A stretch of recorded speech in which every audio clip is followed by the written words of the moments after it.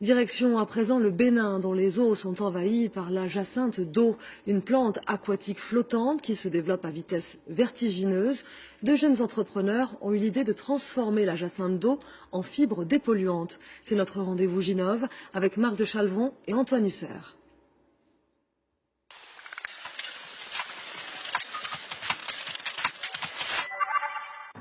Tout est parti d'une idée un peu folle de ces deux amis béninois. Fola Mouftaou, pédiatre de formation, et David Niolonfon, ingénieur. Transformer un désastre écologique en ressources économiques. Donc on pouvait voir le tapis de jacinthe qui se déplaçait avec le courant. Le fléau de la jacinthe d'eau. La plante la plus invasive du monde. Introduite par les colons pour décorer les étangs. Une plante en génère 300 000 en à peine 8 mois, jusqu'à tout recouvrir, comme ici, le lac Nokoué au Bénin. On ne peut pas aller. On appelle la planche doublée en gond. Bon, on dit, en français, on dit pays gâté. Les pêcheurs ont commencé à ramasser la jacinthe, sous l'impulsion des deux entrepreneurs béninois.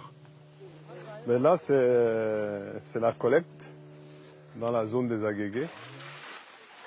Ce qui nous a motivés, je pense, c'est la quantité de biomasse, de matière disponible.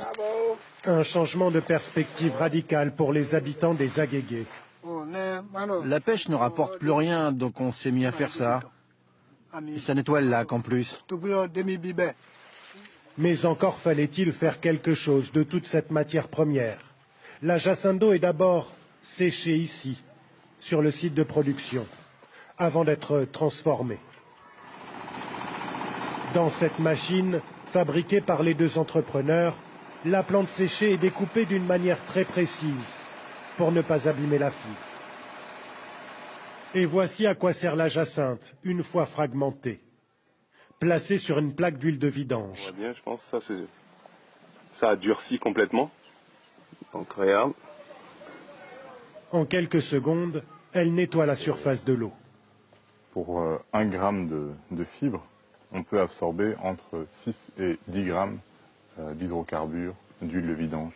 Une capacité d'absorption sans équivalent et des débouchés potentiels colossaux.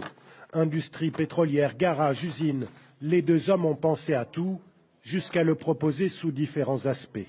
Sous des formes conditionnées, en boudin ou en coussin, ce qui permet d'aller directement comme ça ou de positionner les coussins sous une scie.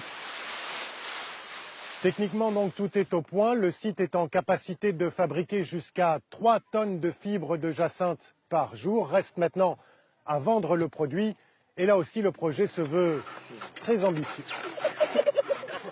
Avec 50 000 € de chiffre d'affaires l'année dernière, Greenkeeper Africa en est encore à ses balbutiements. Mais l'entreprise vise 1 million d'euros d'ici 5 ans. Il va falloir convaincre les acheteurs.